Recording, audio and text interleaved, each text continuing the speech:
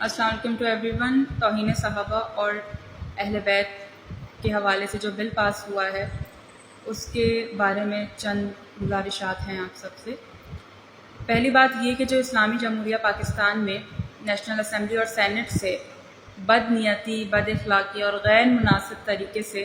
بل پاس کرایا گیا ہے چند لوگوں نے، 25 ممبرس آئی تھنک، تو ملت تشخیص پہ سراپا احتجاج ہے، کیونکہ اس میں کہیں بھی اس بل میں یہ ظاہر نہیں کیا گیا کہ آخر کون سے ایسے صحابہ ہیں کہ جن کی تعظیم کرانے کے لیے، کہ جن کے لیے ان کو اسمبلی ان لوگوں کو جانا پڑا ہے، آخر یہ کون سے صحابہ ہیں۔ تو ان کو یہ چیز کلیئر کرنی چاہیے تھی، اور کون سا ایسا مسلمان ہے کہ جو صحابہ کرام کی عزت نہیں کرتا۔ رسول اللہ صلی اللہ علیہ وسلم، اللہم صلی علی محمد وعلی محمد، میرے نبی کے زمانے سے صحابہ کرام کی عزت ہوتی آ رہی ہے، اور آخر ان کو ایسی کون سی عجلت پڑ گئی، ایسی کون سی ضروری بات تھی اور ایسے کون سا مسئلہ تھا کہ بنا کسی صلاح مشورے کے 25 لوگوں نے جا کر یہ بل پاس کروایا۔ تاریخ اسلام میں اگر ہم دیکھیں تو اس قسم کی کبھی بھی کوئی ایسی کوشش نہیں کی گئی کہ کسی بھی اسمبلی سے کسی کی عزت کروانے کا یا بل پاس کرایا گیا ہو۔ کسی اسلامی ممالک میں ایسی کبھی بھی کوشش نہیں ہوئی ہے۔ میں کہوں گی کہ صحابہ کرام کا احترام تو حضور کے زمانے سے چلتا آ رہا ہے اور ہر مسلمان نے کیا ہے احترام۔ البتہ تاریخ اسلام میں اگر کسی نے حضور صلی اللہ علیہ وسلم کو اذیت پہنچائی، ان کی اولاد یا صحابہ کرام کا قتل کیا، ان پر ظلم کیا، اور اگر اس بل کا مقصد یہ ہے کہ ان کی تعظیم کرانا چاہتے ہیں یا بنو امیہ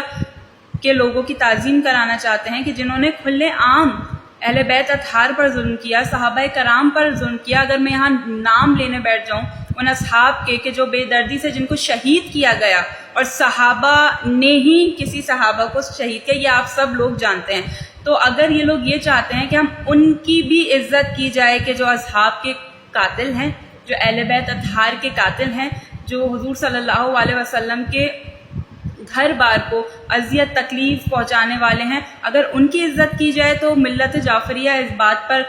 بھرپور احتجاج کریے، اور نہ پہلے ہم نے یہ بات قبول کی تھی اور نہ ہی آج۔ اور آخر ایسے کون سے لوگ ہیں کہ جو انہوں نے کلیئر نہیں کیا کہ کس کی عزت یہ اسمبلی سے کرانا چاہتے ہیں۔ زبردستی عزت کسی کی بھی کرائی نہیں جاتی، اور یہ اس وقت میں پوری ملت جعفریہ کو، پورے تشیعوں کو یہ میسج دوں گی کہ ہمارے لیے فخر کا مقام ہے کہ ہم اس امام کے ماننے والے ہیں، ہم اس رہبر کے ماننے والے ہیں، کہ کبھی بھی ہمیں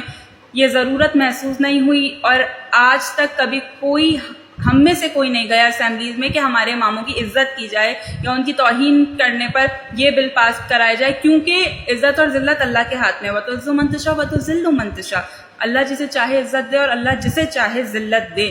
تو ان کی عزت، ان کی محبت کا حکم تو پروردگار نے قرآن میں دے دیا، اب جو مسلمان نہیں کرتا تو ہمیں کبھی ضرورت ہی محسوس نہیں ہوئی کہ ہم اپنے کسی امام کے لیے اسمبلیز میں جائیں اور جا کے کہیں کہ ان کی عزت کرو، کیونکہ ان کی عزت اور محبت کا حکم اللہ نے قرآن میں دیا ہے۔ تو